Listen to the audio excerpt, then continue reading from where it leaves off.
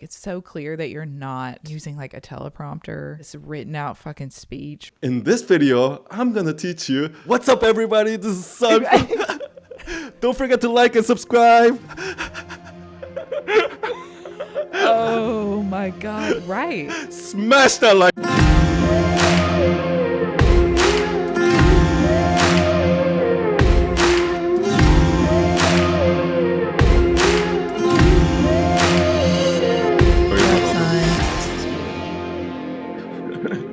Dude, that's life, man. I live with 2 toddlers, so mess has a whole new description. Yeah, I can imagine. New definition. Yeah. Yeah. You just have to get really comfortable with putting things away, and they end up right back on the floor. So it's all good.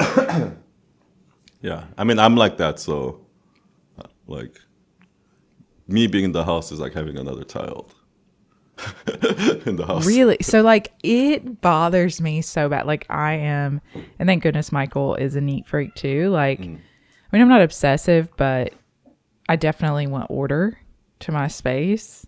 Because like chaos shoes like out. That? Yeah. Like things not being put away really bothers me. Stuff on my countertops, stuff, clothes not put away. It just bothers me. But I do have usually like, we usually have like one space in our house. It's just like the chaos space. Like actually this office is like my chaos space where I can just like throw things and I don't have to look at them. There's something about triggering my anxiety when I can see the mess. If I can't see it, out of sight, out of mind. Out of sight, out of mind, yeah.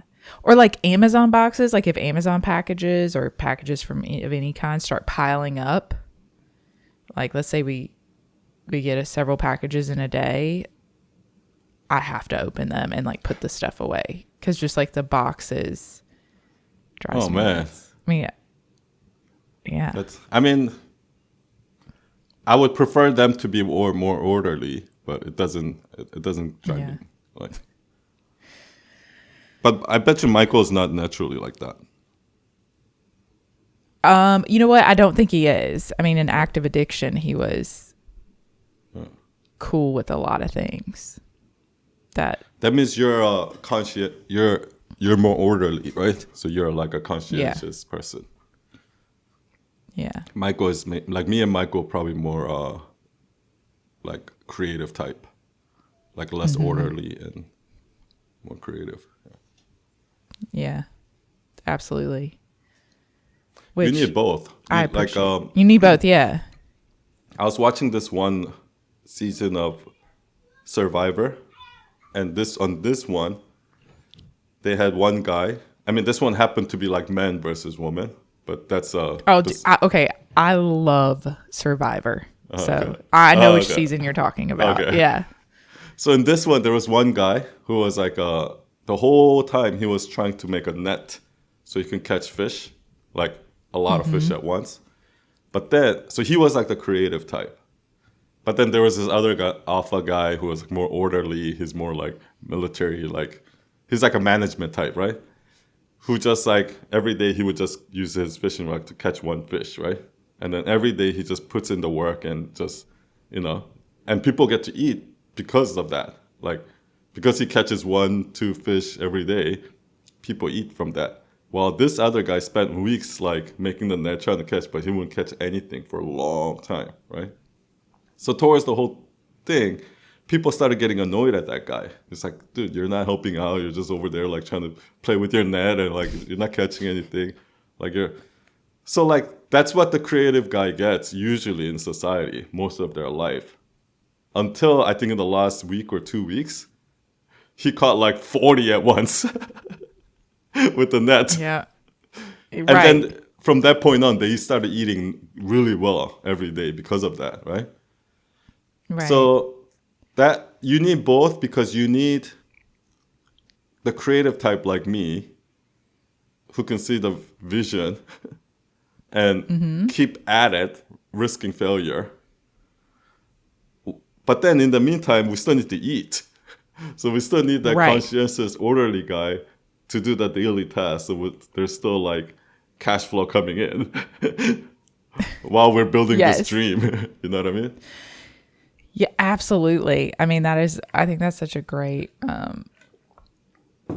story to tell, because that is, man, I am not like that like I cannot see how we get to that big vision. Like, I can see the mountain. I understand that's a possibility, but I am so focused on, okay, what do we have to do right now? What is our objective right now? And I am really good at executing, like, and seeing maybe the next 5 steps, but I'm not so good at like, this is the ultimate destination. Yeah. Like, that is so uncomfortable for me to figure out, how do we get to that 5-year plan? Right? I'm more like, let's do what's has to be done in the next 3 months. Let's just continue to work towards, a more finite, closer goal. Yeah. Because like the other thing that happens, I think, is like the vision can change and evolve, right? And it morphs, and I think creatives are comfortable with the morphing, and they're okay with like it changing. The downside of that is, yes, we're okay with it, but also, most of us fail. 99% of us fail. Only 1% of us make it. So don't forget that, right? Like, that's the downside of being creative. That's true, I guess. That's why That's why I think it takes 2. It takes both. It takes both skill sets. Yeah. Well, the conscientiousness, the orderliness is what's actually required, I think, to succeed. It's more required to succeed. Every successful person that I know, they got there because they consistently put in the work day in and day out, right? Not because they had some innovative idea that changed the world. Like, that's not how most people become successful. Do you know what I mean? Oh, yeah. Ideas mean jack shit. Mm-hmm. Like, only 1 out of a million people are Steve Jobs, right? So, like... Right. It's not like, gonna... Michael will have people come to him and be like, man, I have this business idea. I have this great business idea, but I can't tell you what it is. And he's like, your idea means nothing. Like, you could tell me what your idea is, but if you're not going to do anything, like, yeah, ideas are worthless. Yeah. And I don't mean that like... It is worthless. I mean, in a bad way, but an idea is worthless. There's nothing right. So if you're keeping your... yeah, if you're keeping your idea secret, like, it... you'll have these people that are like, I can't tell you I have this great business idea. I can't tell you. Well, unless you do something about it, it's not fucking... It doesn't matter. Like, doesn't fucking matter. I mean, do you really know that, though? Like, are you like that? Am I like what? Like, do you really believe that idea is not worth anything? Like, do you... Like, when you have a good idea, like, do you just tell everyone? Share it with everyone? Because, like... Or do you ever try to hold information? Is there any time where you try to hold information because, out of the value of that information? Yeah. I mean, not just ideas, but I'm not talking about secrets. I'm talking about, like, I'm not going to teach you how to do that because it took me 10 years and cost me this much to learn it. So I'm not just going to give it to you for free. Like, you know what I mean? No. I don't do that. Like, I don't think. Because people do. Especially if it's someone I'm, like, working with or, like, that I know. No. I'm not talking about like that. Like, I'm, like, of course, like, if it's somebody you know. But, if it's like a stranger. Or, like, yeah. No, I think, like, I'm very willing to share my experience or what worked or what didn't work. Yeah. Probably too much, right? But like, most people are not. I guess I didn't. No, I don't know why. Like, why would you do that? Like, I feel like that's not... You don't feel that? Like, when you talk to people? Like, in the workplace, yeah. In corporate America, 100%. But not like in just regular... personal life. I don't feel it. It doesn't mean it's not happening. I definitely feel like on Instagram, people try to like hide tricks. Like they don't share all their tricks, right? You know, like Yeah. in business, I guess it's definitely.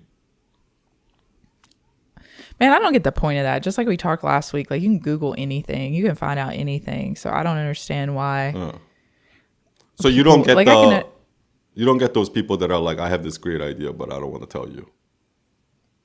I've encountered those people, yeah. And I'm like, dude, I'm not. And you can't see from their point of view at all. I mean, I get it. I guess like you think it's like secret or whatever. Like you think it's like special, and especially if you're like working towards it, right? There's some reason why you're like you don't want to tell anyone. But I just know that there are like 2 or 3 people I can think of. They're like, I have this great idea for a business. I can't tell anyone, but I also don't know anything. I haven't heard any ideas or seen any ideas that are that unique in the world that we live in today. They're like these micro optimizations of things, but there's like nothing. It's like tiny big. little bit better than what. They're just like, right. Like most of our problems have been solved, unless you're talking about like something on a much grander scale. I don't even think there's like real innovation ever, right? Like everything is up. There's no way. Like if you look at this iPhone, right? When the iPhone first came out, it wasn't really that huge of a leap because all the parts inside it, most of it already existed. It was just 1 or 2 parts that Apple developed that allowed to make that happen, right? So exactly. Even Amazon, right? Yeah. They're just leveraging. Yeah, it's not new technology. They're just innovating based on, there's nothing new. It's not electricity. It's not the telephone. It's not these like people have been selling shoes for hundreds of thousands of years. Like all of a sudden, like Zappos comes out and all of a sudden it's a brand new innovation. What? No, it's not the technology or it's not the idea or it's not. I mean okay. Here's what I think. If somebody comes to say, "Oh, I have an idea, but can you sign an NDA or something like that?" Like right away, for me, that's an automatic tell that, okay, you don't have enough business experience, right? Like that person might think that he's like, oh, I'm this tech CEO and I'm going to make you sign my NDA. But in reality, every experienced investor knows when they're looking at them, be like, okay, you must be a newbie. You've never built a business before. Like it's a sure sign that you've never built a business before. Like this is how. I was like that too. I feel like when I was in my 20s, I was so fucking cocky, thinking I was smart and like doing this. And it's so cringy now. I'm looking back, be like, oh, all these probably like older investors and other business people were probably looking at me like and laughing at me at that time, right? Like because that's how I look at 20-year-olds now, right? When 20-year-olds will come to me and ask me questions and they'll like tell me about their business and blah blah blah. And I'm just like, oh God, okay, yeah, that's how I was in my 20s. So, but they will never see that, right? Those people would never see that. Like, you doing that? You're asking me to sign an NDA? You're exposing yourself to me. You're making me see how dumb you are, how inexperienced you are, you know nothing about business. Like that's what they don't know. I know. And I guess they won't know that until they're our age, right? Until they get some experience. They won't. Yeah, I think they have to fail in a business a couple of times and then actually make it in order to learn that. But the fact that they don't know that is the proof is in the pudding, right? The fact that they don't know that is the proof that they don't know how to run a business. But they don't know that. They don't know that them saying that is what's exposing them. And they're going around exposing them like thinking they're cool. Yeah. I mean, it's thinking they so have something ridiculous, special. It is. It really is. And I mean, it's the same thing when I get clients and when so many people come to me and they're like, oh no, no, I can't give that out for free. Like this has to be behind the paywall. Or like when people start doing that, I feel the exact same way. Okay, yeah, you're a newbie. Okay, I get it. You're a newbie who still is trying to hold content and like thinking that your content is so valuable. Like, that's what I see. But I think those people don't see that. Those people come to me and they actually think their content is so valuable, and they actually think that by them protecting their content, it makes them more of an expert. That it makes them feel more experienced. But no, actually, when you hoard your content like that, it makes you look like an amateur. It makes you look like you don't know what you're doing. Yeah. Well, and I remember like you would have to like talk like when we were working together, it was always like, okay, well, what are we going to sell? Like we were like just giving everything away, like it's hard to, because I think we know like what you're saying, like none of this is actually very valuable. Like, but I think that's also, it's something you have to experience. I think just like that business thing, you have to, experience business to know that idea is not worth anything. You have to experience building this content type of business, like business where you sell information, right? Business where you sell content. You have to experience that business for a while to understand that, okay, it's not the content that I'm selling. Because in the beginning, I think everybody goes in thinking that it's the content that they're selling. So they try to guard their content as much as they can. But yeah, that's a sure sign of okay, you're a newbie. I get it. You just started in this. You're trying to hoard your content. You're trying to guard your content. Yeah, I get it. It's because like think about it. Like, what if I spend $2,000 and buy your content, and I literally copied exactly, but instead me doing the video, and then I put it down. Oh, your business is over now. Because that's your problem. Like that's your Google algorithm. Now I have it, so your business is gone. Like, right? How stupid is that, right? Like, to think that I know. I guess it's not like I guess people just aren't. They aren't thinking it through. I don't know. I don't know what the. I think it's what the mindset is. I think it's a emotional. Yeah, I don't think it's a logical decision. I think it's just something that naturally people do because we live in such a competitive world, right? Yeah. Where, I mean, we live for majority of our life, we lived in a world where information was power. That's true. And the people that were in power made sure they did everything in their power to keep it that way. Like make sure that people are not literate, right? Until they invented the alphabet, and then they invented the book, like printing press, and they invented the communication, internet, and the knowledge kept spreading, right? Like, but in the beginning, they always try to kept it private, the information. But now we live in a modern world where it's not the case anymore, but people try to like still hold on to that. Like, this is my secret Coca-Cola ingredient, or this is my secret Google algorithm. Like, it's not so secret. It's not so secret. It's not so unique, I guess. No.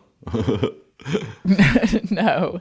What I mean, and what is that like saying? Information is power. So it is. It also is just like we were talking about a couple episodes ago. Like it's also dangerous, like in how it's used, and can be used maliciously. Oh yeah, I guess I see what you mean. Yeah, in that sense, information is power. Right? Because if, for example, like if you know somebody's secret, like you can take advantage of them, right? Mm-hmm. Like how probably the whole thing with the Epstein stuff, right? Like, oh yeah. Like that's all has to do with secrets and power, like secret information and power. Well, and I think about just like I've taken online courses before, right? And I have some that try to restrict it, like, oh, you're only going to have access to this for 30 days. Maybe it's like a time restriction. And then we're going to, deactivate your login. And then I have others that are, that I've paid for. And it's like you have lifetime access. And I actually feel more loyal to the ones that just give me like everything. The lifetime access, because I was willing to pay for it. Like I will pay the fee for the information, because it's not their information that is as valuable. Like as I'm thinking about it, it's the way that they have organized it and helped me. They've taken it and they've digested it and they've like formulated the information in a certain way. It's the way they've organized it or delivered it. That's what's valuable to me. So there's just like a couple things at play. It's like, oh, it's not that I think that they have anything special, because I could get that information from 150 different sources or more. Like that. Like I could go put it together. I could go do all the time and the research to get the information. But I trust the way that they put it together. I trust the way that they're going to deliver it. And then secondary to that is that they're not trying to hoard it and like, not even hoard it. They're not trying to like say, okay, you only have 30 days to get this and it's over. Like they're saying, here, you can have this forever. And if we update it or change it, you're going to have access to it. It's almost like a confidence in, we know that we don't have anything special here. We just know that we've put it together in a way that's going to be easy for you to, as an amateur, it's going to be easy for you to execute it. Does that make sense? Yeah. That's what's missing right now, though. It's because I 100% believe that. Because when I put together my Domestica course, I had to spend so much time restructuring it over and over and over in order to make sure that a complete newbie coming in will that it's going to be the best, most effective and efficient way to teach something to somebody who don't know it. And in order to do that, it has to be done in a specific way. For example, if I teach, okay, you have to do this to make it relatable. You have to do this to make it more unique, and you have to do this to make it easier to read. And I'll teach all of that, and then I say, go write a story. Like, they didn't learn anything here, so it's going to be apparent in the story. So the first things I had to do to make it as efficient as possible is I had to go ahead and make them write a story first without teaching them anything. And then I go through and teach them so that they can see exactly what they did wrong. What that does is, because when they were writing, there are certain places where they struggled. Now that I'm teaching them that, everything is getting absorbed because, oh yeah, that's what I struggle with. Oh, so this is how you fix it. Oh, that's what I struggle with. But if I just teach them first and then I have them write it, they're not going to remember any of that, because while I was teaching them, they couldn't relate to it because they never had that issue before. So that's just one tiny example of like why it's not about the information, but how you teach it, right? Yes. But there's hundreds and thousands of these things that can be applied in order for somebody to learn anything. So yes, it's that thing. It's the methodology. It's the mechanism of how you communicate the information. It's not the information itself. It's how you communicate the information, right? And that's where everyone sucks. 99.9% of those courses out there, those gurus, teachers, experts out there, they all suck in that. They don't know how to deliver this information that they have in a way that a newbie can understand. That's what they suck in. So what do? They try to sell the information because they don't know how to do this. Exactly. Yeah, that's exactly what I was trying to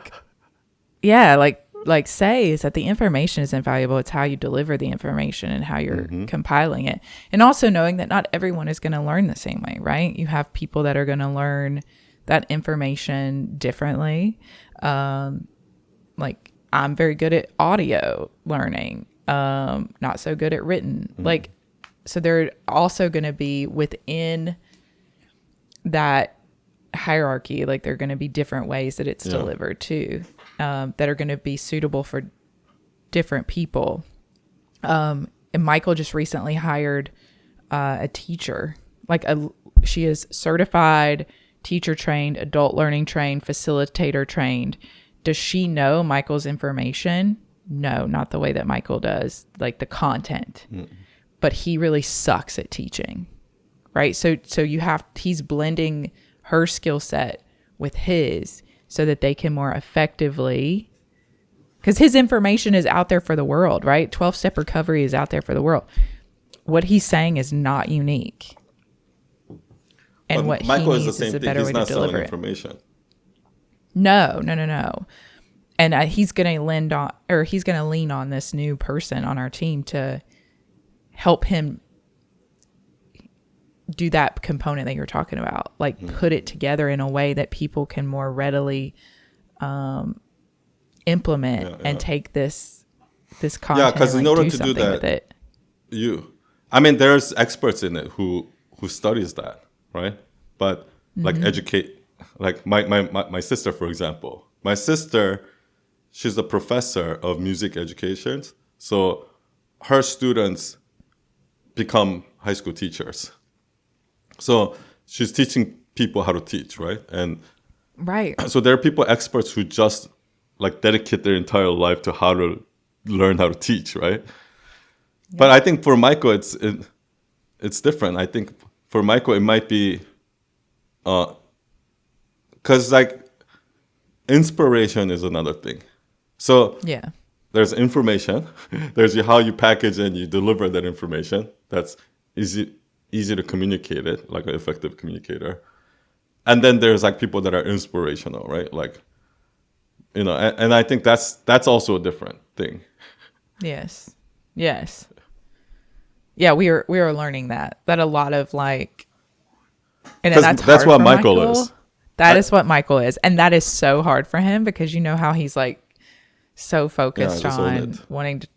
He wants to deliver like a product and like make these people execute, and so we have this conversation regularly. Like, you think so? I think his ego wants him to be a certain way, but the real true him is actually more like this. Like, he's just a fucking inspirational guy, but he doesn't want to own it.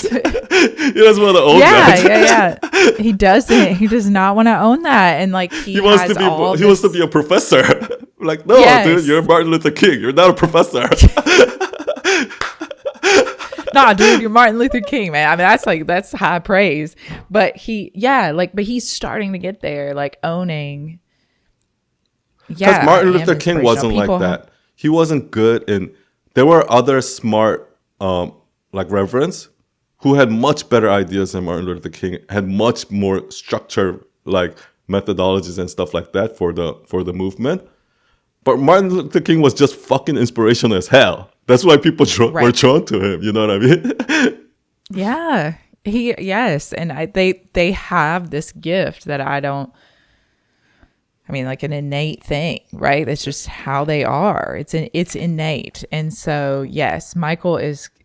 I'm gonna have to tell him what we talked about today, but he is starting to get there because he's like, man, I don't think people hire me for the content. And I was like, no.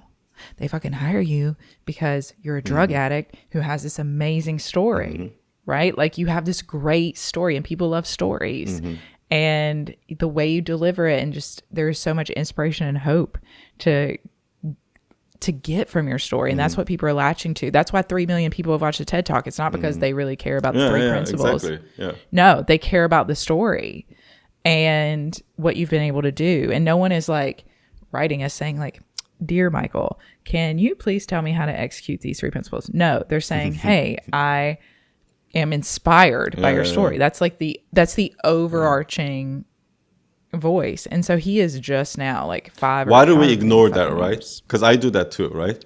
When somebody comes and praises you for something you're naturally good in, something you're naturally your strength, right?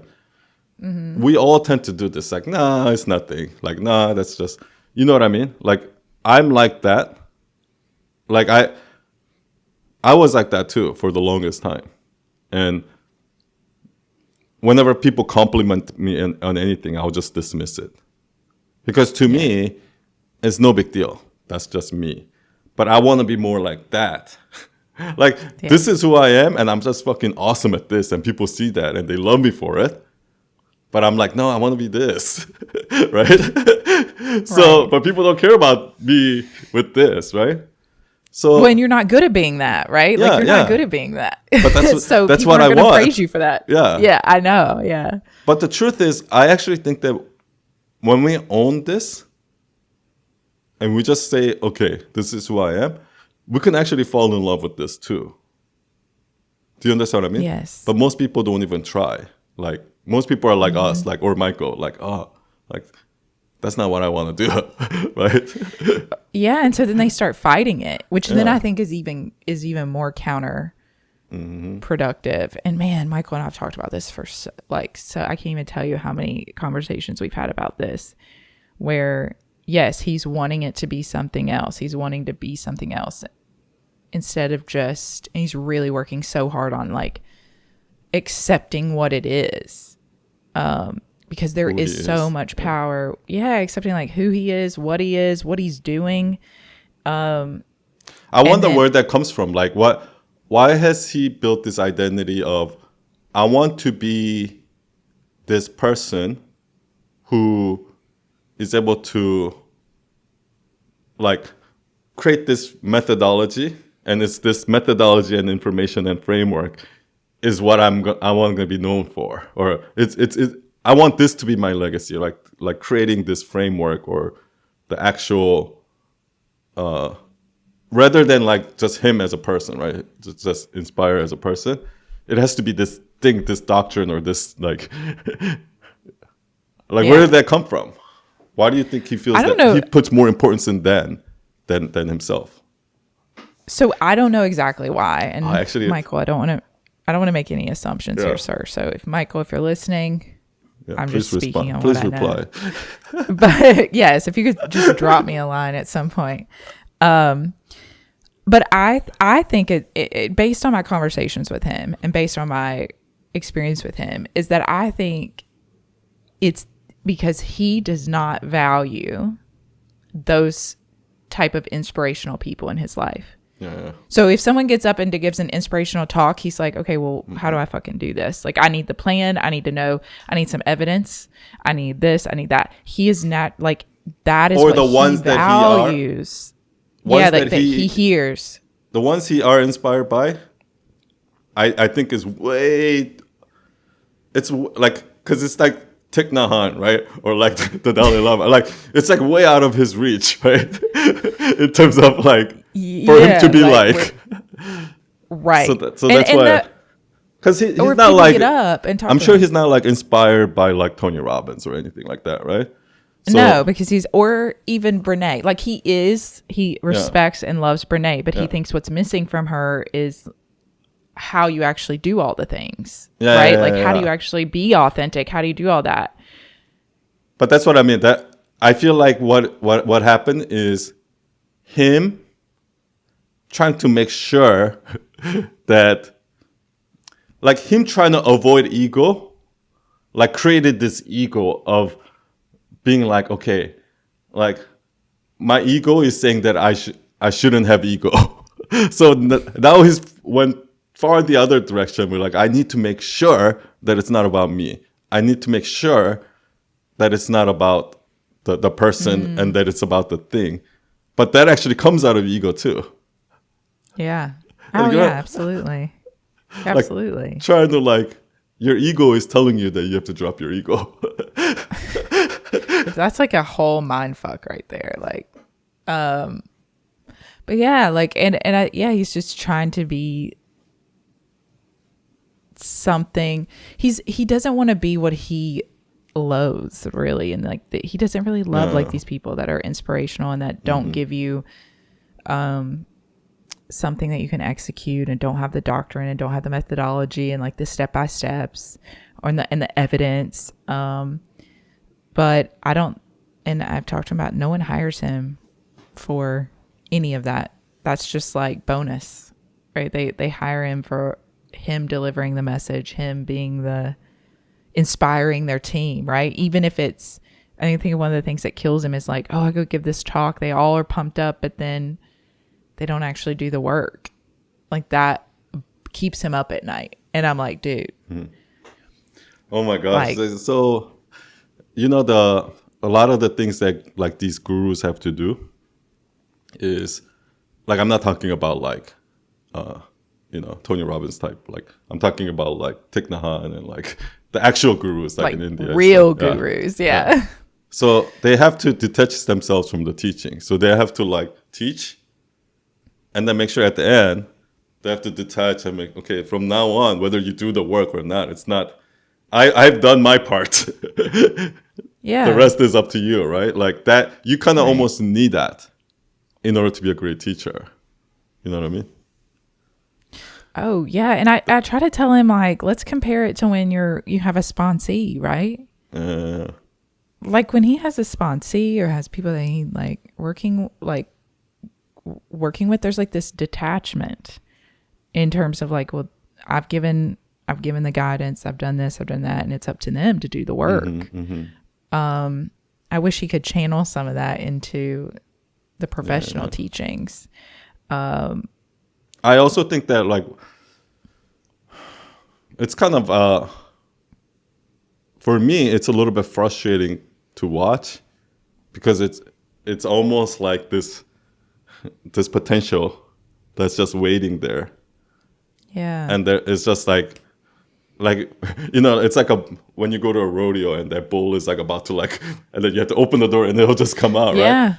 Because what I see, because I felt like I was there, and I was afraid of being this like Gary Vee, or I was afraid of like, like I didn't want to be that, right? That just like talking inspirational like thing that people are just like a preacher, right? Like, and that's why I kept like making those carousels that are like, they makes you think and things like that. But then people started actually telling me, like some people will tell me that they will listen to my video, like just to like calm them down and like it'll help them go to sleep. And like, people told me in domestic courses like how much they love my voice, and they just love hearing me talk, right? So that's something that I've just ignored my whole, like, I'm a horrible talker. Like my grammar sucks, my pronunciation sucks. Why would anybody want to listen to me, right? Like, right. But the thing is, that's something that I've been suppressing my whole life. I'm like, that's just not me. I don't want to be that, right? But now I just own it, and I think what I'm doing now is like, oh, you know what? Like, I'm not even gonna worry about that, and I'm just gonna go all out, right? If that's what you want, like, I'll give it to you, right? But I'm gonna do it my way. So if I don't want to be the person that I don't like that I don't want to be like, I don't have to be that. Like, I can inspire people my own way, and I always do. I always do with my employees. Now it's just a matter of doing it with a million strangers. Exactly. And just like stepping in that power and owning it. Side note, I've had multiple people say the same thing about this podcast I've listened to, that I know that have listened to it. They have made the comment of, I love just listening to you guys talk. It doesn't even matter what you're talking about, but both of your voices are like super calm, and it's just like nice to listen to. That is hilarious. I've gotten that comment the majority of my adult life about my voice too, which is really funny. I think it's because you have like this little bit of the southern draw, but not really a southern draw. I can't quite. It's very unique. Yeah, I guess, because people will be like, "Where are you from? Are you like? It sounds like you're from the South. Are you from the South?" But it's not like as heavy of an accent. Yeah, and I guess it's not like harsh. Like it's just. It's like the last few weeks when the podcast has come back up, I've gotten comments, like more than one, about, I just like listening to your voice. You and Son are so calming. Like some people, it's just really hard to listen to their podcast because their voices. So that's just a side note and funny. But I guess we're just calm people. Like we're not. I also think it's the way we talk, because I think you and I and Michael, we don't notice it, but just because like people put such a front, like 24/7 when they're just having conversations or at work or something like that, when they see somebody who's just like completely being natural and being themselves having a conversation, it's like refreshing, right? Because we're not used to seeing that. That's but true. Me and you and Michael, we're like that all the time, not just here, but that's just how we are all the time, right? So we almost forget that, okay, like other people might look at the way we talk and be like, oh, they're just being themselves. What? How nice. But to us, it's like normal. I really, really, really think so. Because that's what people say. Even when I'm saying something so boring and something completely pointless, they're just saying, oh, I love how like authentic you are. I'm like, oh, I was just rambling there. Okay. I know. I'm like, man, like, is that actually interesting? I guess so. But I think you're right. The interesting part is that it's doesn't happen a lot, because I think about people that are like, one of the things I like about your videos is like, it's so clear that you're not using like a teleprompter or like this written out fucking speech, right? Like that. Like there are people that do that. In this video, right? I'm going to teach you how to use hashtags. What's up, everybody? This is Son. Don't forget to like and subscribe. Oh my God. Right. Smash that like button. Oh my gosh. Yeah. Wow. Okay. Now I get it, everyone. Now I get it. Like just hearing you do that, like, oh wow, that's what this could be. Oh, yeah. No, the funniest thing is, like 2 or 3 years ago when I first tried to start a YouTube channel, that's how I was. Because I thought that's what you're supposed to do. I know, right? Because there are people that like that and they do that. But oh my God. You think it's that they like that? Or I think it's a lot like, the Instagram photo with the knees or the ice cream cone. Or I think they see it. They're like, oh, that looks cool. I can recreate that. Yeah. So I think that's what people are doing. They just think that, you know what I mean? Not knowing that, that's cliche. Yeah, like how funny it is when you look at it. And I guess that's why I'm comparing this to those things, right? These like highly produced type podcasts that have like very specific things they talk about. What do you listen to usually? What are your top 3 podcasts? Oh, Son, you're putting me on the spot. I don't have a top 3. I listen to more like things that have like stories, like true crime stuff. Okay, got it. Yeah. So, but like for instance, those are the most popular podcasts.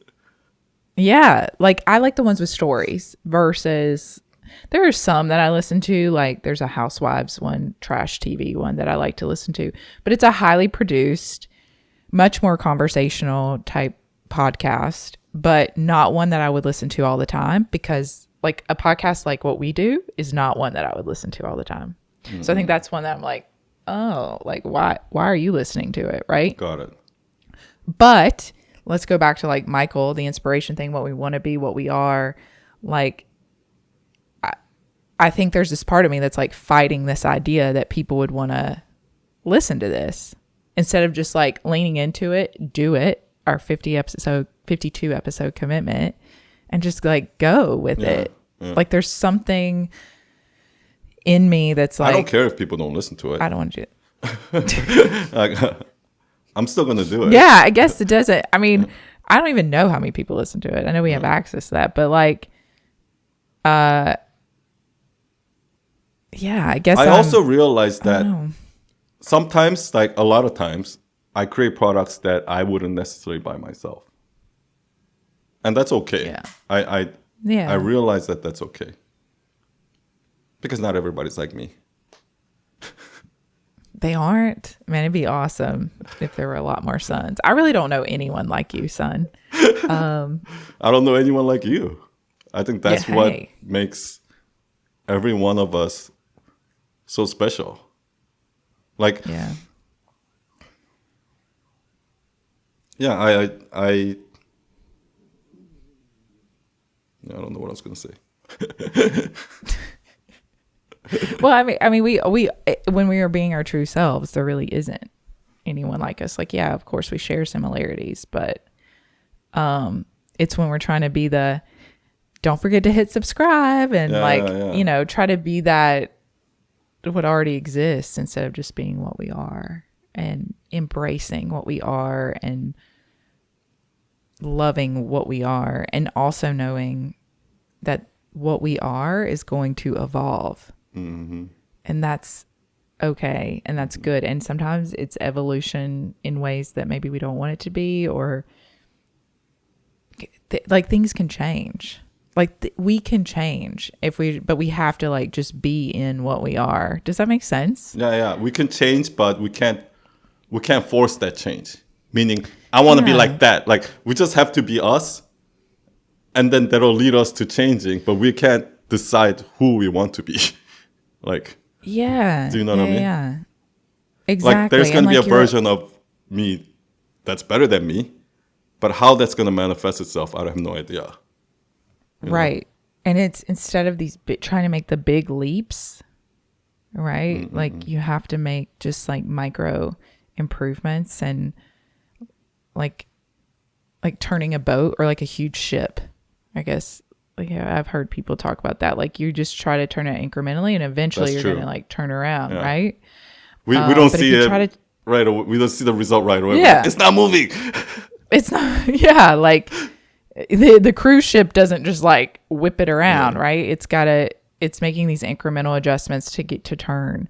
And I think you have to be comfortable making incremental steps, and I get it. Like, I want to make the leap too. Like, I want to say, oh, I can meditate for an hour, but that's not going to happen unless I make the incremental steps. You have to be confident that when I make these incremental steps, it is adding to the big picture. Because like that's kind of how I was in business in the beginning. You have to work on 100 tiny little things, and 3 months later, 6 months later, you see the fruits of that, right? But in the meantime, you just have to trust that putting this in and day out is going to result in that. Like, if I go to the gym every day, that's going to result in a six pack. Like, you just have to trust that, right? But most people don't and I think trust that.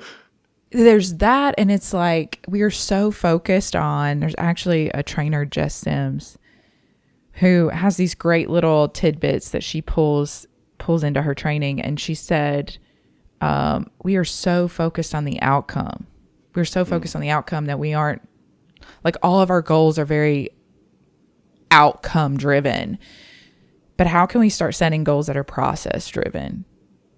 And it's like, I think something like, okay, I'm going to do 50 episodes of. Yeah. Not like I want to get 1 million downloads. Right. And I want to lose 400 pounds or, like that kind of thing. It's more like I'm going to go to the gym 3 days a week or like I'm going to work out 30 minutes a day. Like that is A, it's attainable and not super intimidating. And B, it's really focused on the process. And just that is where... I guess you're in control too. You're 100% in control of that. Whereas you're not in control of the outcome. So... No, you're not in control of the outcome. And who knows if that's the right outcome for you. Right? That's in true. That process, there are going to be a lot of things that you learn along the way. And I think that going back to what you were saying about like why would people listen to this, I wouldn't listen to this. That's one of the things I think you're gonna learn is that remember like last week I was saying that when I had my first girlfriend, I'm like, I can't believe anyone likes me, right? Like, Yeah. it's kind of like that, right? Like, I can't believe anyone will want to listen to me talk. But obviously, there are people in your life that wants to listen to you talk. So why would that be different with anyone else? You know, like, Yeah. like eventually, strangers will like you or listen to you for the same reason that people you know like you and listen to you. And that, I think that's Yeah. like a hard realization to come to for most people. But I think you'll get there. Maybe. I hope. I mean, like, I here's what I do know is that if we continue to show up, which we will, and we continue to do this, there will be undoubtedly, and you said this, things that we will learn. There will be something learned in this process. And I have no idea what that is. And that is incredibly uncomfortable. But I'm okay with that. You know, I'm okay with being uncomfortable. It's because you're orderly. You don't like unexpected No. things And I'm popping up. anxious, right? Yeah, I'm an anxious person. I have a lot of anxiety. And so, like, I need the menu of the restaurant that we're going to go to so that I can go ahead and decide what I'm going to eat before I get there and to make sure that it's okay. Like, that's the level of anxiety that I have in life is like, I can't just show up to a restaurant. I can. Have you been like it's that really your whole life? uncomfortable. Yeah. Or is I it think so. it's something you developed?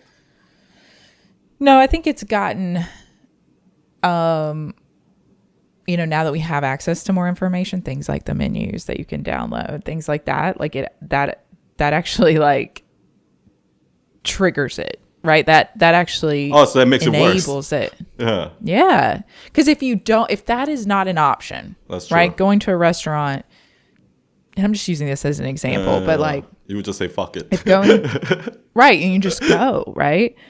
I might be obsessing about like the parking or something else I don't want to be surprised. So like a lot of my life has been focused on mitigating surprises.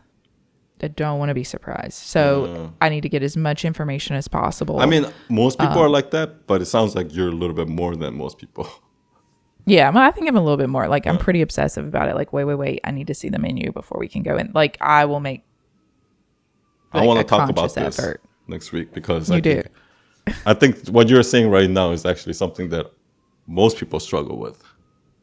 That they and control like it's gotten harder. Yeah, having to like the need to know that like I think is because like. Even when you go to class, people are always like trying to jump to conclusions and like, you know, like everybody always just wants to know what's next, what's the next step. And like everybody wants to know that next week I'm going to be safe. Like that when we go to vacation, there's going to be a room for us, that there's, you know, that it's not going to rain. And like those are all controlling things, right? Like that we want to be in control. Yes.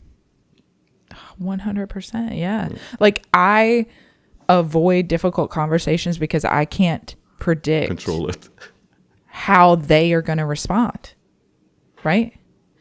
That is a huge issue for me. My husband just helped me realize that. Like last week I was avoiding a difficult conversation. It wasn't that difficult, but I was avoiding it, and he's like, do you know why you do this? And he finally like, I'm like, it's been 8 years, why haven't you told me this? He's like, I have. And it was like, not like that. It's like the reason that you avoid these conversations, because it's a pattern, the type of conversation I avoid, is because you can't predict how they are going to respond. And that is so uncomfortable to you. And that creates so much anxiety. But you can't fucking do anything about it. Like you can't live life do your like part, that, right? Like not comfortably, no. Like there's so many things I've avoided or don't do or don't say out of fear of just like, it's not even fear of how they'll respond, because I can be okay with the information. It's just that I can't predict what that information is going to be and what that information is going to do for my internal experience. Does that make sense? Like it's okay to have I'm okay with the information. I just don't want that unpredictability. I want the menu. I want to know these are the choices they have. You don't want to know how you don't want to test yourself how you're going to react. Right. In an unknown I will situation. have a reaction. Because that's how people are when they're drunk, know. right? Like, don't let me drink because, like, some people get out of line when they're drunk, and the next morning be like they don't remember. So it's almost like they have no control over it, right? So that's why they don't want to let that happen. Like, yeah. Like, do you think that you can control your reaction if something like that happens? I can better now. And it could be good or bad, right? It doesn't matter how they respond. Like, I will have a reaction. It will be on my face. Like, and if it doesn't line up with what I thought it was going to be, then it's even more so on my face. Like, what? And it has deteriorated several relationships. Is it really that? Or is it, for me, usually when I do that, it's because I'm afraid of the outcome, like that they're going to say that. And I'm just trying to delay that as long as I can. If that, like, for example, let's say I talk to somebody and this person wants to break up with me, right? I'm going to try to delay that as long as I can so that the breakup is delayed as long as I can, right? So it's not necessarily I'm afraid of my reaction, but I'm just trying to delay it. No, I am okay with information. I'm okay. Like, I'd be okay with, like, I'd actually want to end the breakup. Like, okay, if this is where we're going, I'm not trying to delay that. For me, it's like asking for help, for example. Let me just give you an example, because I feel like these are a little bit different than the breakup. It's like asking for help, like, hey, I know that we said that we were going to meet at Chick-fil-A, but can we meet at Sonic instead? I don't want to have that conversation because I don't know how they're going to respond. So even if I really didn't want to go to Chick-fil-A, I would still go there because I didn't want to have that conversation about what I actually wanted. I don't know if that's a good example, but I think, even though at the end of the day, it doesn't matter. Let's talk about that next week. But let's do it. I think there's a couple things in there too. Like, one of them might be, I don't want this person to think that I'm bossy or like I'm controlling. Yes. Like, sometimes I do that. Yeah. Sometimes, yeah. But there could be like so many other reasons. Because I do that too. I know what you mean. Yeah. And sometimes I don't want to be disappointed of that person. Like, I don't want to find out that he was an asshole by saying, no, you have to come to Chick-fil-A. Like, then obviously it's like, okay, you're an asshole. But I don't want to, I like that person. I don't want him to be an asshole or something like that. But you know what? I would be okay with whatever their answer is. I would, like, if they said, I want to go there instead, I'd be like, okay, like, maybe I'd be a little disappointed in the answer. But I just don't, I think it is more about me. Like, what I think they'll think about me. Like, she's flaky. Oh, she changes her mind. Oh, she's this or that. She's mad. They're mad at me. I do think it's probably more focused on me. But I think this is also an entire episode. Agreed. Yeah. Content. Okay. That a lot of people can relate to. But yeah. Yeah, I love it. I love these, like, real life scenarios, like problems and, things that we can talk about. Yeah. Well, all right. It's very real. Great chat as always. Yeah, I can't believe it's been an hour. I know you got a doctor's appointment, so I don't want to hold you up. I do. Hey, you're fine. It's all good. It's down the street. But thanks for meeting early and chit-chatting. No problem. Thanks for hopping on. I'll see you guys next week. I'll see you next week, Elizabeth. Yeah. And we'll talk about uncomfortable conversations again. Yeah. I think we all avoid them. It's because, like, we're bad at it. I think both of us are bad at it. Yes. There's certain ones I'm really good at, and then there's others that I'm not so good at, and actually have, like, I've deciphered. I've been able to, like, I'm just doing a lot of work around this. I've categorized the type and the type of people. Like, it would be much harder for me to have an uncomfortable conversation with certain groups of people than others, like the exact same conversation. So it's not blanket for me. But